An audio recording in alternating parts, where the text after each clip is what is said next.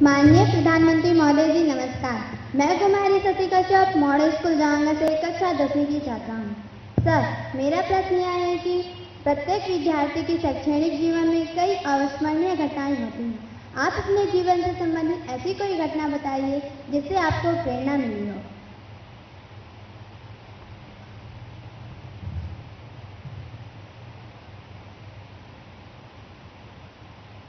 बहुत बार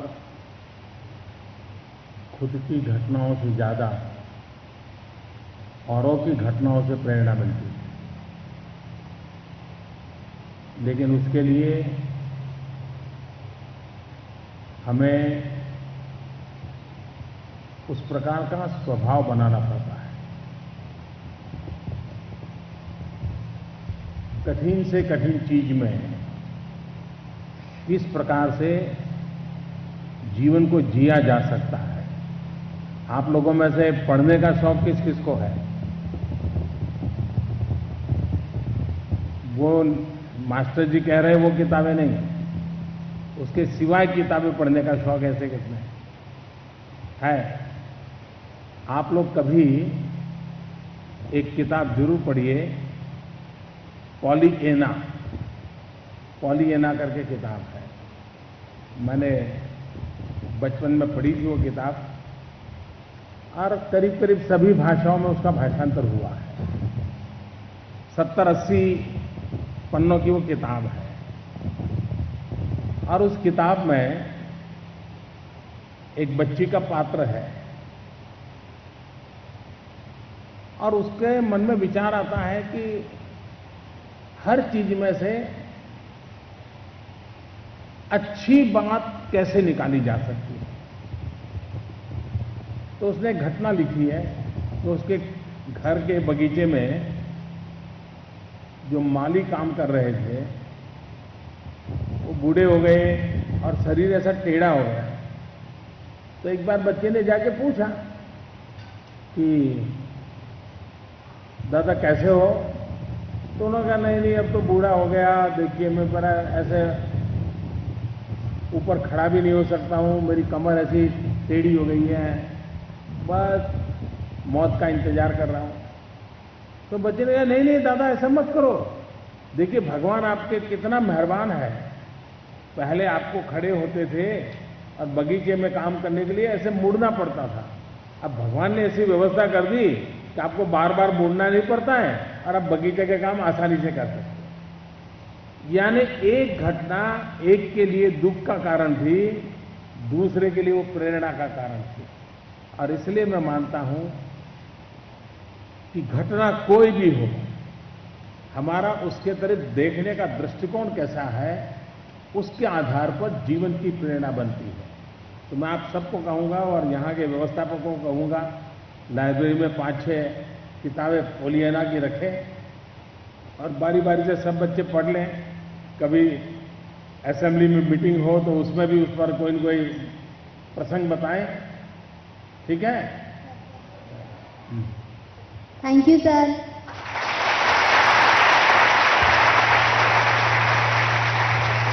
अगला बच्चा अजाब आ रही।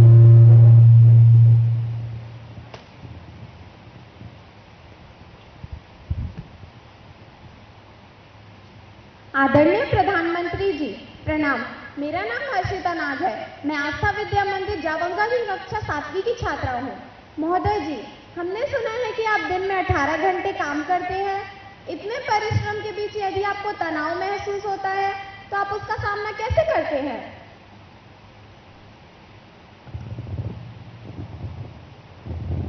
मैं कितने घंटे काम करता हूं इसका हिसाब किताब तो मैंने किया नहीं, और एक तो आनंद इसलिए आता है कि मैं गिनता ही नहीं हूं कि कितने घंटे काम किया। जब हम गिनना शुरू कर देते हैं कि मैंने इतने घंटे काम किया, ये काम किया, वो काम किया, तो फिर लगता है हाँ बहुत हो गया। दूसरा, आप लोगों ने देखा होगा अपने अनुभव में, जब मास्टर जी ने आपको कोई होमवर्क दिया हो और उस होमवर्क जब मास्टर जी लिखवाते हैं तो ये तो सैटरडे संडे खराब हो जाएगा, साहब टीचर ने इतना लिखवा कर दिया है, लेकिन जब कमरे में जाकर के लिखना शुरू कर देते हैं और होमवर्क पूरा कर देते हैं, तो आपने देखा होगा जैसे ही होमवर्क पूरा हो जाता होगा आपकी थकान उतर जाती है। आपने देखा कि नहीं ऐसा? काम पूरा होते ही थकान उतर जाती है कि नहीं उतर जाती है? जब तक काम बाकी है तब तक थकान लगती है कि नहीं लगती है? तो एक बात पक्की है कि काम की थकान कभी नहीं होती, काम न करने की थकान होती है। एक बार कर देते हैं तो काम का आनंद होता है, संतोष होता है, और इसलिए जितना ज्यादा काम करते उतना ज्यादा आनंद मिलता है, जितना ज्यादा काम करते ज्यादा संतोष मिलता है। दूसरा, एक पुरानी कथा है, बहुत बढ़िया कथा है। कोई एक स्वामी जी पहाड़ पर किनारे बैठे थे और एक 8 साल की बच्ची अपने 3 साल के भाई को उठा करके पहाड़ चढ़ने जा रही थी। तो स्वामी जी ने पूछा, अरे बेटी तुम्हें थकान नहीं लगती क्या? तो उसने जवाब, नहीं ये तो मेरा भाई है। तो स्वामी जी ने कहा, मैं ये नहीं पूछ रहा हूं तुम्हारे साथ कौन है, मैं ये पूछ रहा हूं तुम्हें थकान नहीं लगती? इतना बड़ा पहाड़ चढ़ना है, तुम अपने छोटे भाई को लेकर के चढ़ रही हो, तुम्हें थकान नहीं लगती? नहीं नहीं बोले, ये मेरा भाई है। तो स्वामी जी ने फिर से पूछा, अरे मैं तुम्हें नहीं पूछ रहा हूं कौन है, मैं तुम्हें पूछ रहा हूं तुझे थकान नहीं लग रही?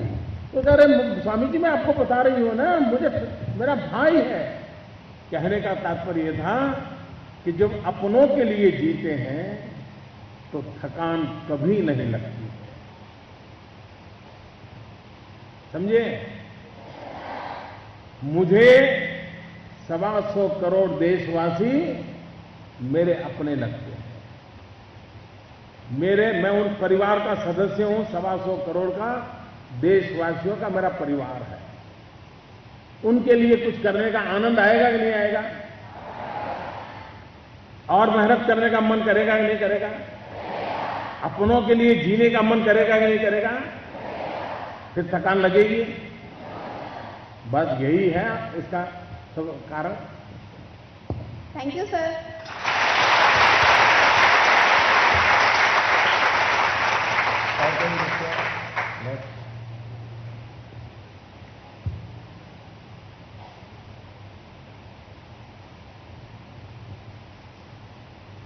माननीय प्रधानमंत्री जी प्रणाम। सर, मेरा नाम किशन कुमार मंडावी है। मैं सक्षम आवासीय विद्यालय जांगा में रहता हूँ। मैं कक्षा 9वीं का छात्र हूँ।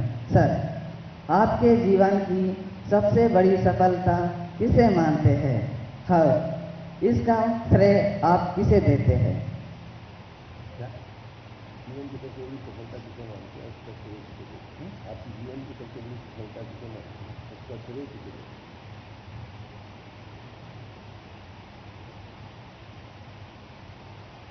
जीवन को सफलता और विफलता के तराजू से नहीं तोलना चाहिए। जिस दिन हम सफलता विफलता सफलता विफलता इसी के हिसाब लगाते रहते हैं तो फिर निराशा आ जाती है। हमारी कोशिश ये रहनी चाहिए कि एक ध्येय लेकर के चलना चाहिए। कभी रुकावट आए, कभी कठिनाइयां आए, कभी 2 कदम पीछे जाना पड़े, लेकिन अगर उस ध्येय को सामने रखते हैं तो फिर ये सारी बातें बेकार हो जाती हैं। तो एक तो सफलता और विफलता को जीवन के लक्ष्य को पाने के तराजू के रूप में कभी देखना नहीं चाहिए, लेकिन विफलता से बहुत कुछ सीखना चाहिए। ज्यादातर लोग सफल इसलिए नहीं होते हैं कि वो विफलता से कुछ सीखते नहीं हैं। हम विफलताओं से जितना ज्यादा सीख सकते हैं, शायद सफलता उतना हमारी शिक्षा नहीं देती है। तो मेरा जीवन ऐसा है, जिसको हर कदम विफलताओं का ही सामना करना पड़ा। और मैं सफलताओं का हिसाब लगाता नहीं हूं, न सफल होने के मकसद से काम करता हूं। एक लक्ष्य की प्राप्ति करनी है, अपनी भारत मां की सेवा करना, 125 करोड़ देशवासियों की सेवा करना। विफलता सफलता आती रहती है, लेकिन कोशिश करता हूं विफलता से ज्यादा सीखने का प्रयास करता हूं। Thank you sir.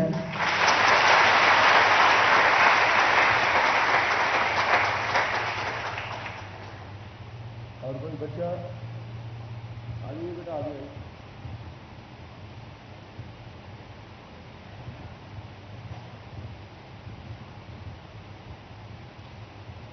आदरणीय प्रधानमंत्री महोदय जी, सादर प्रणाम। मैं नीलेश्वरी कश्यप, कस्तूरबा गांधी बालिका विद्यालय जाऊंगा 8वीं की छात्रा हूं। महोदय जी, यदि आप राजनीति में नहीं होते तो क्या होते?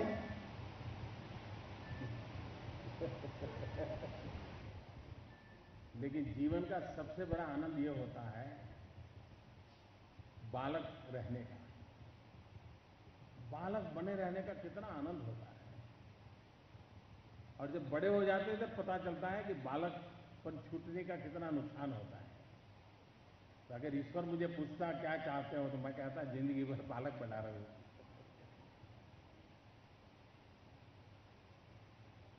ठीक है, थैंक यू सर।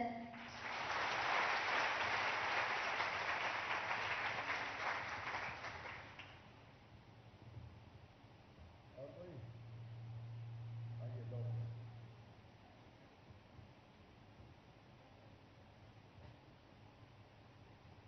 आदरणीय प्रधानमंत्री महोदय जी, प्रणाम। मैं सपना सरकार पीटीपीएमटी कोचिंग स्कूल छुलो आसमान से। सर, आप अपनी जिंदगी में कई कठिनाइयों का सामना करते हुए यहाँ तक पहुँचे हैं। क्या आप हमें अपनी सफलता का राज बताना चाहेंगे? मैं समझता हूं अभी मुझे ये सवाल पूछा ही गया, करीब करीब वैसा ही सवाल है। जीवन में किसी को भी कोई भी क्षेत्र हो, अगर सफल होना है तो हमें पता होना चाहिए कि मुझे कहां जाना है। हमें पता होना चाहिए कि किस रास्ते जाना चाहिए।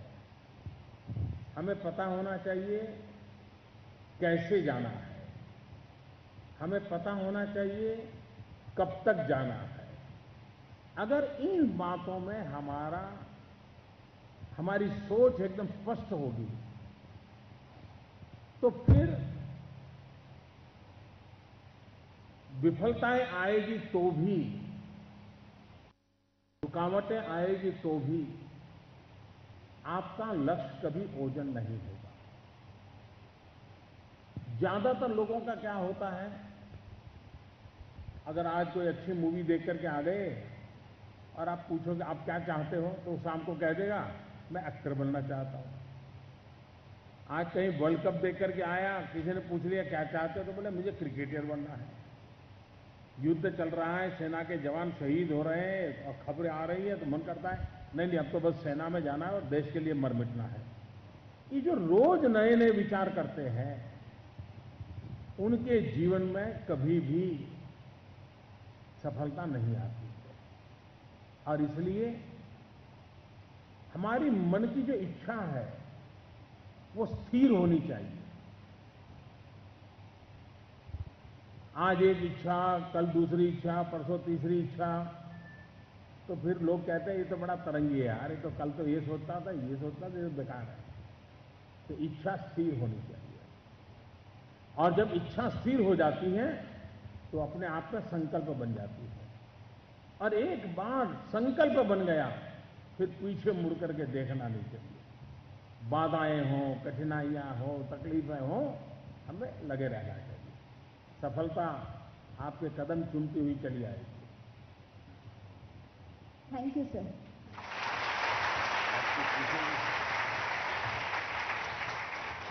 अच्छा, आप में से यहां रहते हो, इतना बड़ा परिसर है, आप में से कभी किसी को बहुत अच्छे खिलाड़ी बनने की इच्छा होती है? स्पोर्ट्समैन आप बताइए कौन है? है किसी को? हर एक को पढ़ लिख करके बाबू बनना है।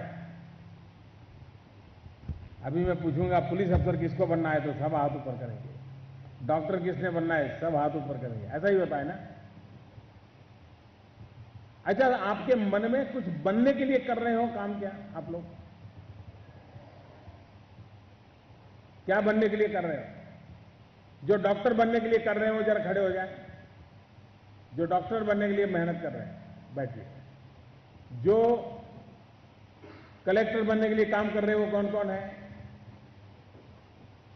अच्छा, जो लोग आईआईटी में जाना चाहते हैं इसलिए कर रहे हैं ऐसे कौन कौन है? एक बात बताऊं,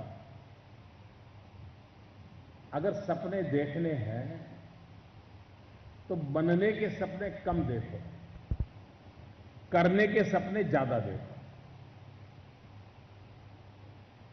और एक बार करने के सपने देखोगे तो आपको उसे करने का आनंद और आएगा।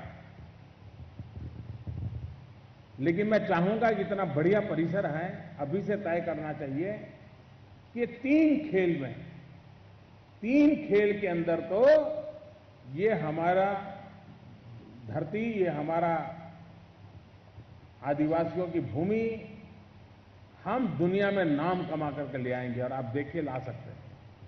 आपने 1 साल पहले देखा होगा पड़ोस में झारखंड में अपनी बालिकाएं, कोई साधन नहीं था, लेकिन अंतर्राष्ट्रीय जगत में गए, बेचारों के पास वो कपड़े भी नहीं थे, कुछ नहीं था, विमान क्या होता है मालूम नहीं था, लेकिन दुनिया में नाम कमा करके आ गए खेल के अंदर। झारखंड की आदिवासी बालिकाएं थी।